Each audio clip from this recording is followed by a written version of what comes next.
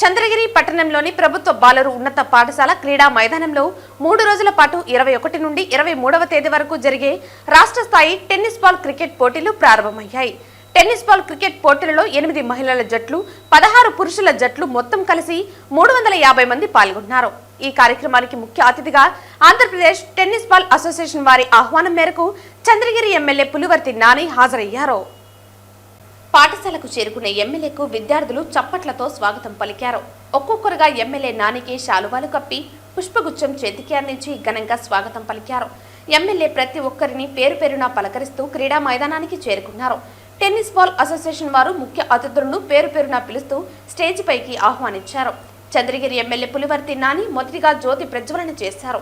తర్వాత Dollars group chairman Dollars Diwakar Reddy, రాష్ట్ర tennis ball cricket chairman Pagidila Suresh Babu, Edify school director Praneeth, రాష్ట్ర tennis ball cricket association general secretary Rambha Prasad, Andhra Pradesh floor ball secretary KJ Joseph మహిళలు జ్యోతి ప్రజ్వలన చేశారు. ముఖ్య అతిథులు సభను ఉద్దేశించి ఒక్కొక్కరిగా ప్రసంగించారు.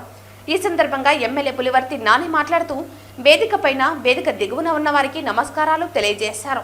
చంద్రగిరి బాలుర కళాశాల యందు నిర్వహించిన ఆంధ్రప్రదేశ్ టెన్నిస్ బాల్ అసోసియేషన్ వారి ఆధ్వర్యంలో 12వ రాష్ట్ర స్థాయి సీనియర్ టెన్నిస్ బాల్ క్రికెట్ పోటీలు ప్రారంభించినట్లు తెలిపారు.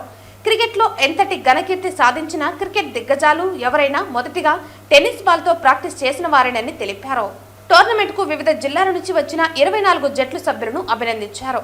ఈ కార్యక్రమానికి అధికారులు, అనధికారులు, వివిధ జిల్లాల నుంచి వచ్చిన విద్యార్థులు, వారితో పాటు వచ్చిన తల్లిదండ్రులు, ఉపాధ్యాయులు, కూటమి నాయకులు, మహిళలు తదితరులు పాల్గొన్నారు. ముఖ్యంగా మన రాష్ట్ర ప్రభుత్వం మీకు తెలుసు, చంద్రబాబు నాయుడు గారు వస్తే క్రీడారంగం ఏ విధంగా అభివృద్ధి చెందితే ఈ గ్రౌండ్ నిదర్శనం.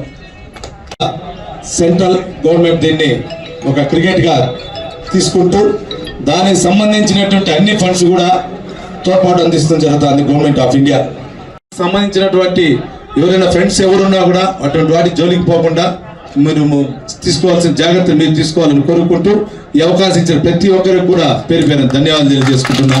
జై హింద్.